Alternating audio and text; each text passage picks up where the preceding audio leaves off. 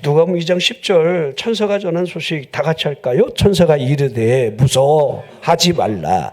보라 내가 온 백성에게 미칠 큰 기쁨의 좋은 소식을 너희에게 전하노라. 오늘 천사가 우리에게 이 말을 한다라고 한다면 여러분의 귀가 번쩍 뜨이는 귀한 말씀이 됐으면 좋겠습니다.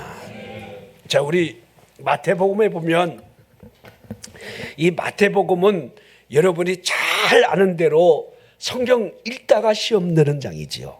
누가 누구를 낳고 누가 누구를 낳고 왜 이렇게 많이 낳는지 그러다가 그냥 1장 넘어가면서 시험을 확 들어버리는 장이지요.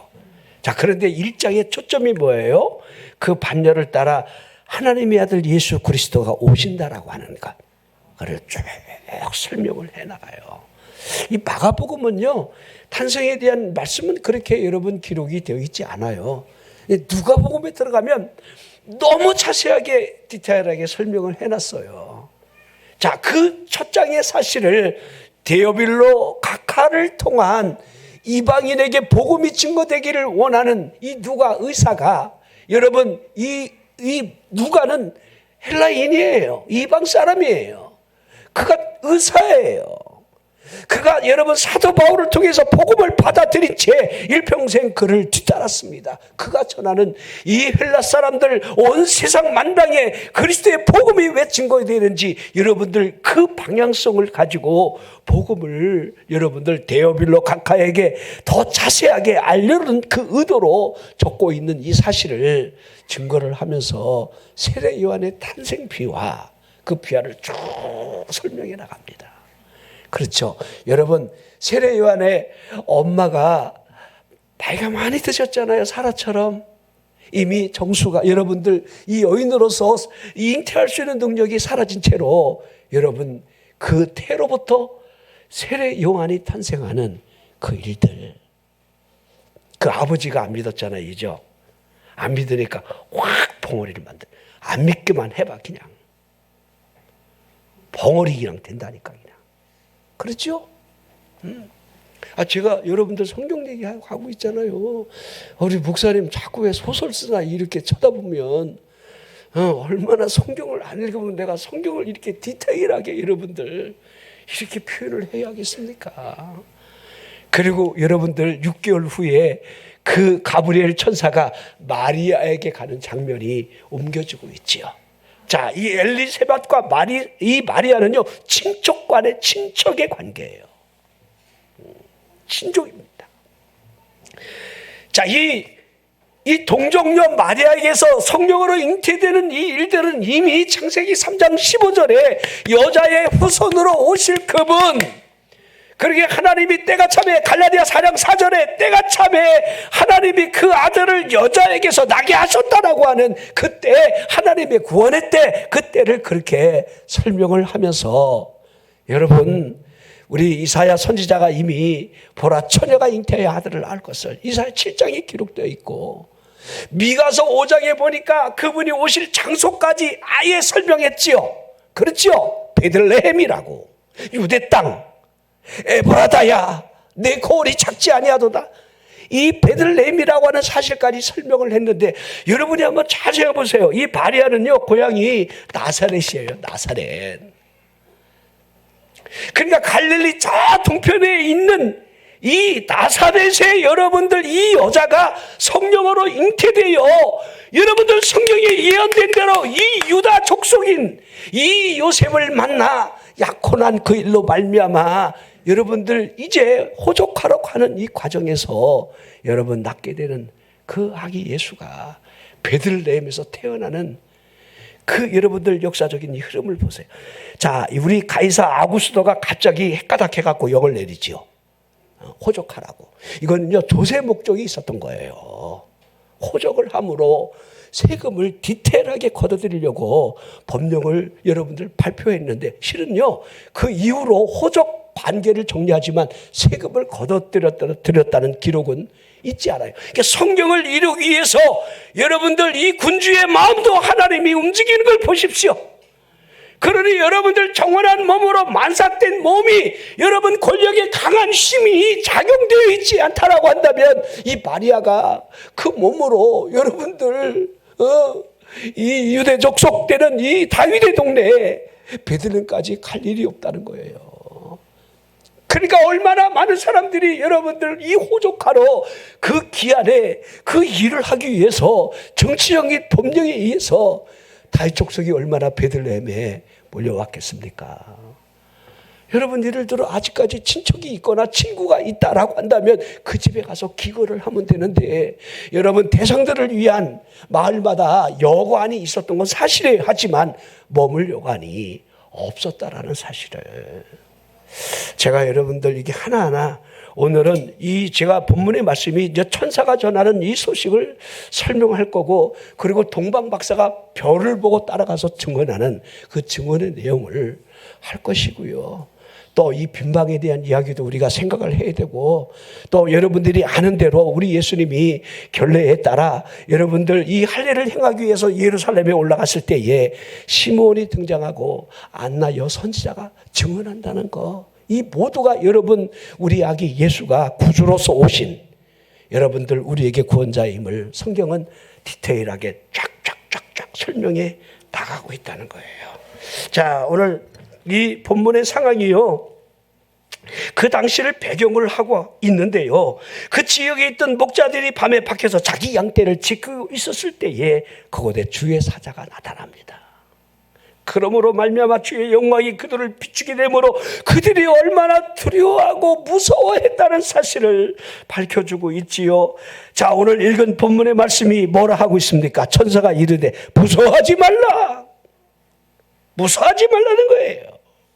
보라, 내가 온 백성에게 미칠 큰 기쁨의 좋은 소식을 너희에게 전한다 하는 이 소식을 전하고 있는 거지요. 하나님의 큰 기쁜 소식을 전하려고 온 이 천사들을 바라보던 이 목자들은 마치 죽음의 천사가 칼을 빼고 자신들의 목을 치지는 않을까 매우 두려워했다는 거예요.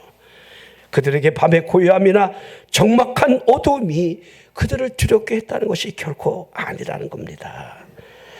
오히려 천사가 기쁨의 큰 소식을 전하기 위하여 그들에게 나타났을 때에 매우 무서워하고 두려워하는 이 장면을 여러분 한번 생각해 보라는 거예요. 왜 무서워했겠습니까? 그들이 무지했기 때문에, 어리석었기 때문에 두려워했다, 이렇게 할 수는 없는 것 아니겠습니까? 그들은 단순한 목자였기 때문에 두려워했을 것이다. 아닙니다. 여러분, 하나님의 사자가 여러분 선지자라 할지라도 만약에 곁에 서서 주의 영광을 두루 비추고 여러분 있는 상황이란다면 그 누가 두려워하지 않겠습니까? 우리 간혹 간땡이 분 사람들은 주여 보여달라고 그러는데 뭘 봐요? 주님을 보는 순간에 기절해 죽을 텐데, 뭘 보고 믿겠다고 그러지 마세요. 보면 죽어. 볼 일이 없어서 그러죠. 자, 성경에 이와 같은 사례들을 얼마든지 우리는 찾아볼 수가 있습니다. 아브라함 볼까요? 창세기에서 15장 12절. 해질 때 아브라함에게 깊은 잠이 임하고 큰 흑암과 두려움이 그에게 임하여 있더라. 자, 우리 이것 때문에 하나님이 우리 내 후손이 애굽에 종살이 할 것을 말씀하시는 이 현장이죠. 잘못된 제사, 연락되지 않은 예물, 이것이 여러분들 두려움을 준다는 것. 자, 흑암 앞에서 이제 얼마나 두려워하는 이 모습을 보고 있습니다. 사사기 13장 22절에 보면 그의 아내에게 이르되 우리가 하나님을 보았으니 반드시 죽으리로다. 자, 이거 여러분들 마노아의 삼손의 아버지가 되는 마노아가 하는 이 고백소리입니다. 이거 여러분들이 삼손의 탄생 비하도 가만히 보면요, 그래도 이 마노아 아내가요 얼마나 낙관적인지 몰라. 참 우리는 이 믿음에 여러분들 이러한 낙관적인 마음을 갖는 게 성경을 어떻게 여러분 해석하느냐, 이게 여기에 따라서 우리의 삶의 질이 달라진다는 것을 볼 수가 있는 장면입니다. 자, 이렇게 말하지요. 여보, 여호와께서 우리를 죽일 작정이었다라고 한다면 우리 손에서 번제와 소제를 받으실 리도 없고 이 모든 일을 우리에게 보이시며 이런 말씀 자체를 하지 않았을 것이다. 이 얼마나 여러분들 상황적 인식으로부터 믿음으로 전환할 수 있는 이 생각을 우리에게 긍정적인 믿음이다, 이렇게 할 수 있는 겁니다. 지혜로운 자나 어리석은 자나 선한 자나 악한 자나 하나님의 현현하심 앞에 두려워하지 않을 사람이 어디에 있겠습니까? 그렇죠? 야곱이 원치 않은 개나리 보침 하나 들고 여러분들 형의 낯빛을 피해서 여러분 도망치듯 우리 부엘세바를 떠나 바다마람으로 가는 이 길목에서 돌베개하고 잠을 자던 중에 꿈속에서 여러분들 사닥다리에 오르락내리락 하는 말씀하시는 그 하나님을 여러분들 보게 됩니다. 꿈에서 깨어났을 때 얼마나 두려워하는지, 그 고백이 창세기 28장 17절의 말씀이에요. 이에 두려워하여 이르되 두렵도다 이곳이요. 왜 두려운 겁니까? 하나님의 집, 하늘의 문을 보는 순간에 그 두려움을 느끼고 있다는 것을 보여주고 있습니다. 자, 우리 예수님이 탄생하는 장면에 목자들에게 천사들이 나타나는 이 현상을 바라보면서 여러분, 목자들이 심히 두려워했다라고 하는 이 두려움, 이건 여러분들 유대인이라고 한다면 모두가 다 느껴야 했던 그런 보편적인 여러분들 생각이었으리라 생각이 되어집니다. 자, 우리 유월절 우리 현장을 뒤돌아볼 때에 이스라엘 백성들이 실은 많이 두려웠을 거예요. 물론 하나님의 초자연적인 애굽을 심판하는 장면을 그들이 목도를 했지만은 이 마지막 유월절을 제정하는 이 심판 앞에서 자신들이 해야 할 일들이 이미 앞에 놓여진 거잖아요. 어린 양을 잡아야 되고, 그렇죠? 오설주에 그 피를 적셔 여러분 좌우설주 문설주 여러분들 임방에 여러분 피를 뿌려야 되고, 이제 떠날 준비를 하며 그 어린 양을 숫자에 의해서 그걸 먹으면서 여러분들 이제 얼마나 여러분 긴장이 됐겠습니까? 얼마나 두렵겠습니까? 그렇지 않아도 이 고요한 밤에, 이 거룩한 밤에 심판하는 천사가 날갯짓을 하며 여러분들 이와 같은 행위가 없는 그 집에 들어가 장자를 죽이는 비명소리를 그들이 듣게 되었을 텐데 얼마나 여러분들 초조하고 두려운 밤을 보냈겠느냐 이 말입니다. 그들이 출애굽한 이후에 시내산에서 율법이 선포될 때 여러분들 장면을, 성경을 한번 보십시오.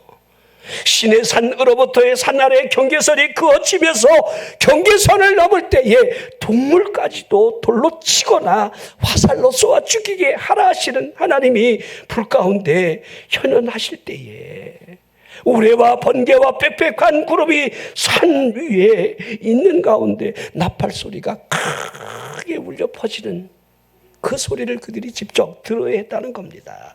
시내산의 연기가 자욱한 가운데 하나님이 불 가운데 강림을 하시는데 진중에 있는 모든 백성들이 다 두려워 떨어했음을 출애굽기 20장 19절에 말씀하고 있는 거예요. 모세에게 이르되 당신이 우리에게 말씀하소서, 우리가 들으리이다. 하나님이 우리에게 말씀하시지 말게 하소서, 우리가 죽을까 하나이다. 자, 이 상황을 여러분들 어느 정도 이해가 되죠? 하나님이 직접 말씀하실까 봐 백성들이 너무 두려워하는 거야. 마치 죽을 것만 같아. 자, 여호와의 음성을 듣기를 원하시는 분 아멘 해봐요. 음성을 듣기 원하셔요? 정말 자신 있어요? 자, 여러분들 우리 호렙산에서 모세가 소명받는 이 장면을 보면 모세가 얼마나 두려워하는지. 이리 가까이 오지 말라, 내가 선 곳이 거룩한 곳이다, 내 발에 실을 벗어라 하시는 그 말씀 가운데 출애굽기 3장 6절에 나와 있지요. 또 이르시되 나는 내 조상의 하나님이니 아브라함의 하나님, 이삭의 하나님, 야곱의 하나님이니라. 모세가 하나님 뵈옵기를 두려워하여 얼굴을 가렸다, 이렇게 하고 있습니다. 그렇죠. 자, 그 이후로도 하나님이 제정하신 그 여러분들 하나님 앞에 나아가는 길의 제시가 피의 제사에 있다는 거. 연초부터 연말까지 이스라엘 백성들이 늘 피의 제사를 드려야만 했다는 사실. 레위기의 말씀을 보십시오. 그 시작의 첫 절이 해막에서 모세를 부르신 하나님이 이스라엘 자손들 가운데 말하여 이르라 하시는 말씀이 너희 중에 누구든지 여호와께 예물을 드리려거든 가축 중에서 소나 양으로 예물을 드리라 하면서 번제, 소제, 화제, 화목제, 속제제, 속건제 해막문 앞에 여호와 앞에 기쁘시게 받으시는 그 제물이 되도록 드리라 이렇게 말씀을 시작하고 있는 거예요. 하나님의 임재하심이 해막 위에 구름 기둥, 불 기둥으로 쉽게 여러분 다가가지 못하게 쉐키나, 이 쉐키나가 이 여호와의 불이 여러분 해막을 비추고 있는 거예요. 그 영광이 청색, 자색, 홍색 실과 가늘게 꼰 배실로 짜여진 휘장 너머에 감춰져 있다는 사실. 그 지성소 안에는 대제사장이라도 1년에 단 한 번만 속죄를 위하여 속죄제의 피를 향단의 뿔을 바를 수밖에 없었다는 사실. 하나님 앞에 나가는 거. 하나님의 음성을 듣고 싶어요? 더군다나 보여달라고요? 출애기 30장 10절을 볼까요? 아론이 1년에 한 번씩 이 향단불을 위하여 속죄하되 속죄제의 피로 1년에 한 번씩 대대로 속죄하라. 이 제단은 여호와께 지극히 거룩하다. 자, 누구든 하나님 앞에 나아가는 그 대제사장이라 할지라도 숨을 죽인 채 하나님을 두려워했지. 그러게 여러분들이 한번 제가 이 말씀을 왜 들으냐, 여러분들이 하나님 앞에 나와서 하나님을 향해 너무 겁이 없어졌다는 거야. 겁대가리가 없어. 하나님이 뭐 아버지라고? 제가 이 말씀을 여러분에게 드리려고 그러는 거예요. 하나님이 우리의 아버지시라는 거. 이스라엘 백성들이 하나님을 아버지를 한 적이 있습니까? 아버지 하면서 부르며 가까이 편하게 여러분 이렇게 한 적이 있느냐 이 말입니다. 그러게 여러분들 우리에게 아들됨의 의미가 얼마나 중요한지 갈라디아 4장 6절에 이미 말씀하고 있고요. 하나님의 자녀라는 사실로부터 우리에게 보여주는 것은 그 아들의 영을 우리 마음 가운데 보내셨다는 사실입니다. 그것으로 인하여 우리가 하나님을 향해 아바 아버지 이렇게 부를 수 있다는 겁니다. 믿음이 들어온다는 사실은 하나님의 자녀라는 인을 치게 해주시고 보증으로 성령을 우리 마음에 부어주신다는 겁니다. 로마서 8장 15절을 보십시오. 너희는 다시 무서워하는 종의 영을 받지 아니하고 양자의 영을 받았다. 양자의 영. 다이렉트 여러분들 영이 아니라 그런 양자의 영. 성령. 자, 그러기에 우리가 아빠 아버지 이렇게 할 수 있다는 사실을 보여주고 있습니다. 자, 여러분 이스라엘 백성들을 보면 어찌 보면 종의 영을 받았다 해야 하는 거지요? 그러게 하나님이 두려운 거예요. 우리 에덴 동산에 우리 인간이 피조물로 살아가는 모습을 보면 아담 하와가 여러분들 하나님을 두려워하지 않았다는 거 우리는 너무도 잘 압니다. 아담이 명령하는 모든 피조물의 이름이 정해졌다는 거 아시잖아요. 그러니까 하나님이 얼마나 재밌게 놀았겠습니까? 아담아 얘는 뭘로 할까? 이리죠? 마치 소꿉 노릇 하듯이 하나님이 인간을 얼마나 기뻐했겠습니까?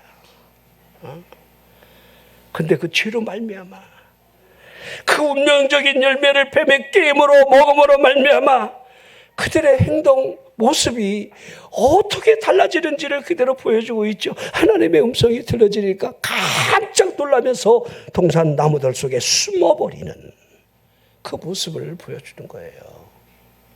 그게 죄라는 거죠. 죄가 히브리 말로 하말티아 이런 뜻인데요. 하말티아 이거는 관역을 이렇게 향해 화살이 빗나갔다 그런 뜻이에요. 자, 관역을 향해 이 화살이 이제 텐 막 이렇게 맞아야 되는데 삥! 만대로만. 하나님의 말씀을 향해 이 관역이 우리의 삶에 꽂혀져야 되는데 우리가 하나님의 말씀을 벗어나는 거, 이걸 죄, 하말티아 이렇게 표현을 하는 겁니다. 여러분, 죄인이 하나님을 두려워하는 것은요, 당연한 이치가 되는 거예요. 이게 에덴 동산의 선악과 사건이 우리에게 보여주고 있는 겁니다. 그러면 성탄을 보십시다. 우리가 성탄하는데 성탄이 무엇입니까? 죄의 악몽으로 두려움에 쌓여있는 이 사슬을 끊어주시려는 하나님의 아들이 때가 참에 그 크신 사랑에 의하여 여자의 몸을 빌려 육체로 오신 사건, 이걸 성탄이라 하는 겁니다. 여러분, 마귀가 사람에게 행하는 일 가운데 가장 큰 핵심이란다면 사람에게 두려움을 주는 거예요. 지옥의 두려움, 사망에 매이게 하는 거예요. 자, 여러분, 하나님의 낯을 자꾸 피하게 하는 거예요. 하나님의 낯이 두려워요. 지금도 우리에게는요, 선악과가 늘 존재하고 있어요. 하나님이 선악을 알게 하는 그 나무의 열매를 먹지 말라, 이 선악과잖아요, 있죠? 근데 지금도 말씀으로 우리에게 하나님이 하지 말라는 게 참 많은데 우리는 그거를 그냥 넙죽넙죽 받아먹고 있잖아요, 이죠? 이게 선악과지 뭐가 선악과겠습니까? 자, 우리 거르사인 지방에 더러운 귀신 들린 이 사람이 마가복음 5장에 기록이 되어 있는데요, 무덤 사이에서 나와 예수님을 만나는 장면이 기록이 되어 있습니다. 고차가 무덤이었고, 자, 쇠사슬에 묶여 있었지만은 쇠사슬을 여러 번 끄는 채로 이제 사람들은 그를 더 이상 제어할 수 있는 그런 힘을 그에게서 여러분들 뺏을 수가 없는 거죠. 얼마나 괴력이 되어 있는지. 밤낮 무덤 사이에서 산을 돌아다니며 소리를 지르는데 자신의 몸을 자해하는 이 모습을 그대로 여러분 보여주고 있습니다. 그때 우리 예수님이 뭐라 하셨지요? 더러운 귀신아, 그 사람에게서 나오라. 근데 여기 참 재미난 장면이 있어요. 우리 예수님이 한 번도 그런 적이 없는데 네 이름이 뭐냐 그러잖아요. 난 귀신의 수가 하도 많아서 군대 귀신입니다 이렇게 하잖아요. 자기 이름도 몰라. 근데 아무튼 무진장만이 들어가 있어. 결박하게 이제는 제어할 수 있는 사람이 없을 정도로. 돼지떼 2,000마리가 여러분들 바다에 몰살하는 이 장면을 보면 얼마나 끔찍했겠습니까? 군대가 집힌 거죠. 군대 귀신에. 자, 근데 이 귀신이 하는 말이 이런 소리를 지르는데 지극히 높으신 하나님의 아들 예수여, 다 알고 있는 거예요. 당신이 나와 무슨 상관이 있나이까 원하건대 하나님 앞에 맹세하고 나를 괴롭히지 마십시오.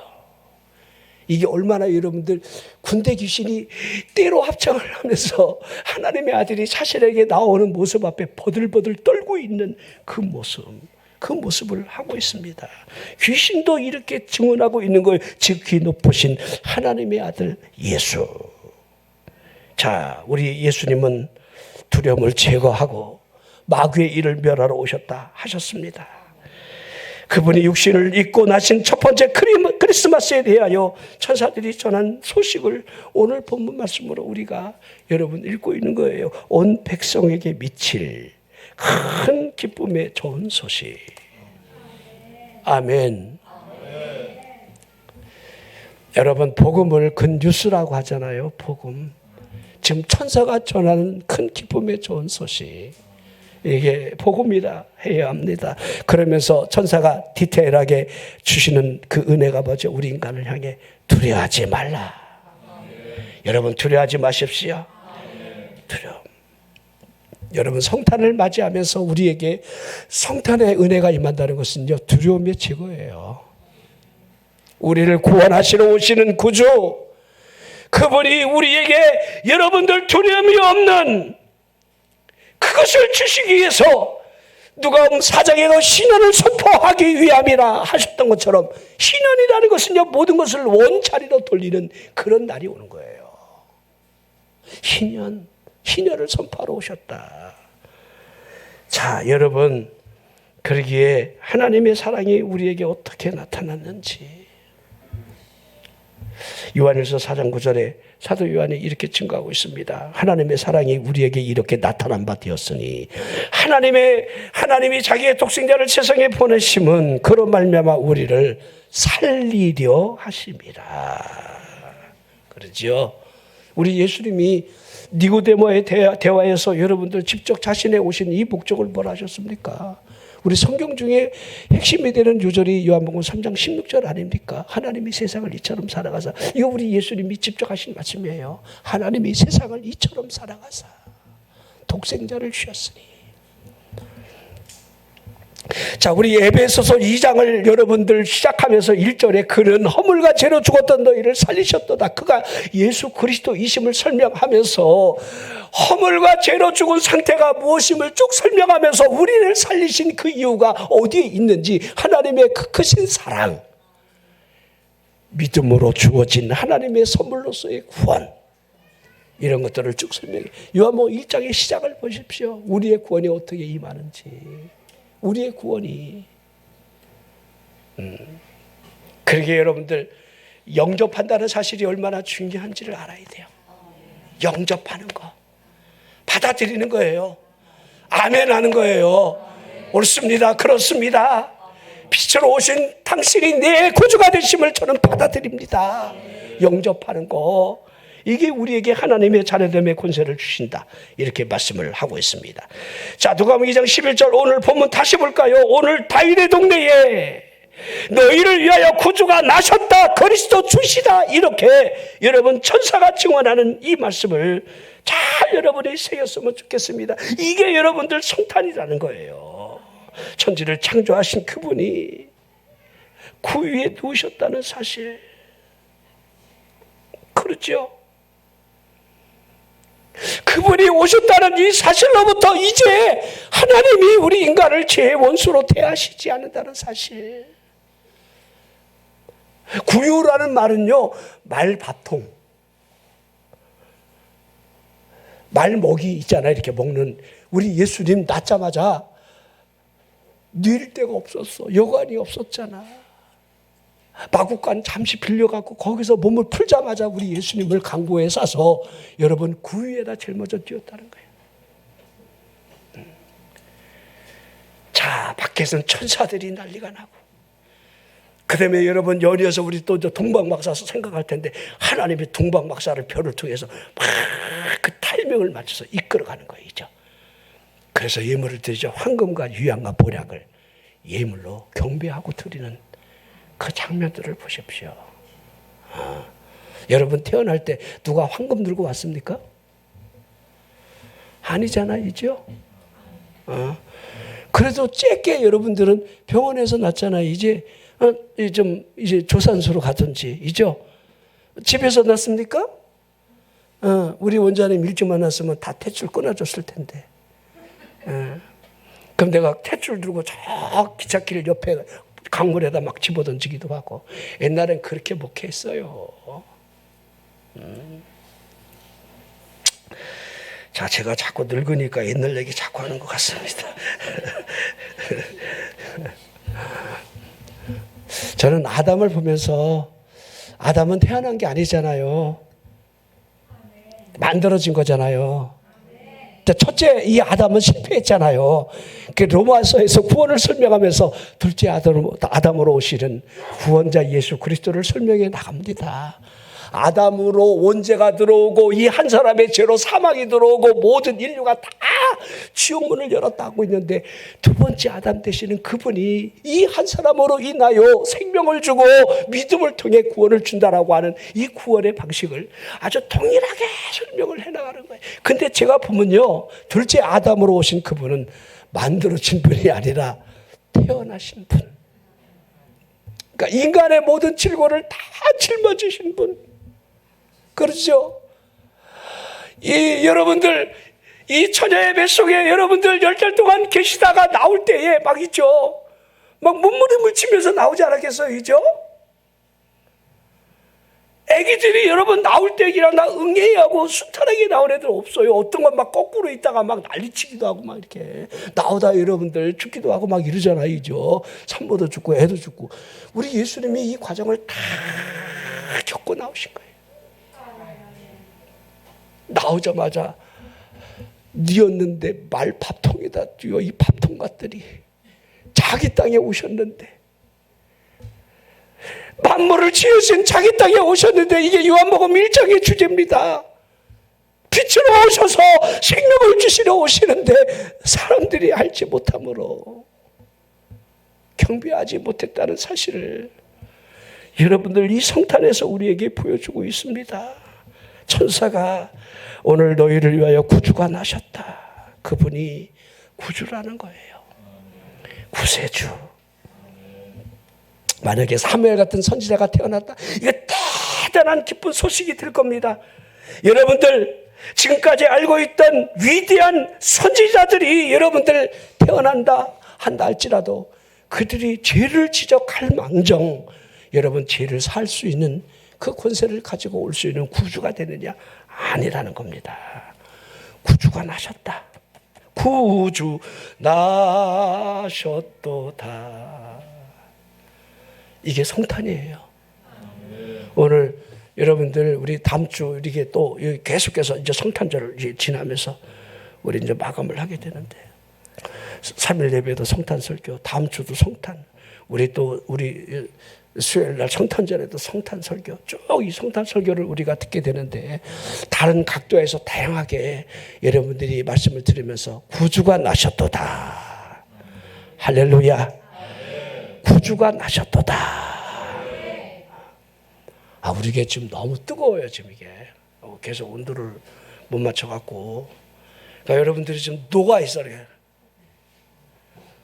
좀 차가워야 그래도 이렇게 신선한데 다 지금 이게 웬일이야. 지금 잠바 입은 사람이 하나도 없어. 잠바 입은 사람 몸이 지금 안 좋은 거야. 자, 구주 나셨습니다. 두려워하지 마십시오. 천사가 전한 소식 두려워하지 말라. 기도하겠습니다.